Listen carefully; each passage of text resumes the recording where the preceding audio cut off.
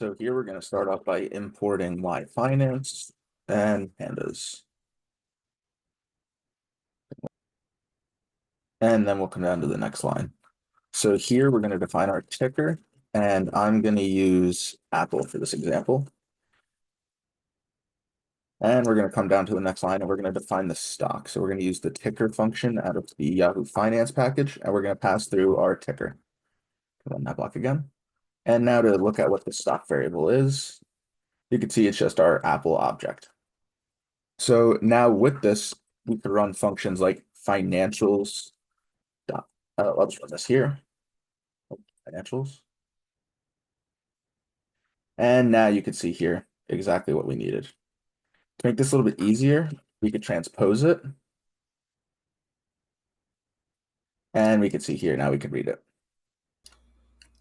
Now here, I'm just going to store each of the transpose objects into its own respective variable.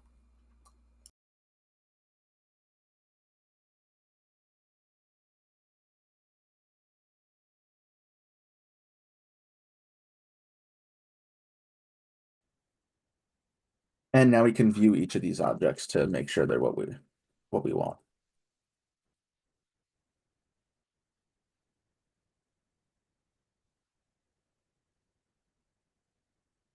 Now, I know some people like to do their analysis quarterly, which is not a problem at all, as we could just pass through the quarterly function right in front of what we want. And now we have it quarterly. Well, it doesn't go back too far. You could still get at least a year of data.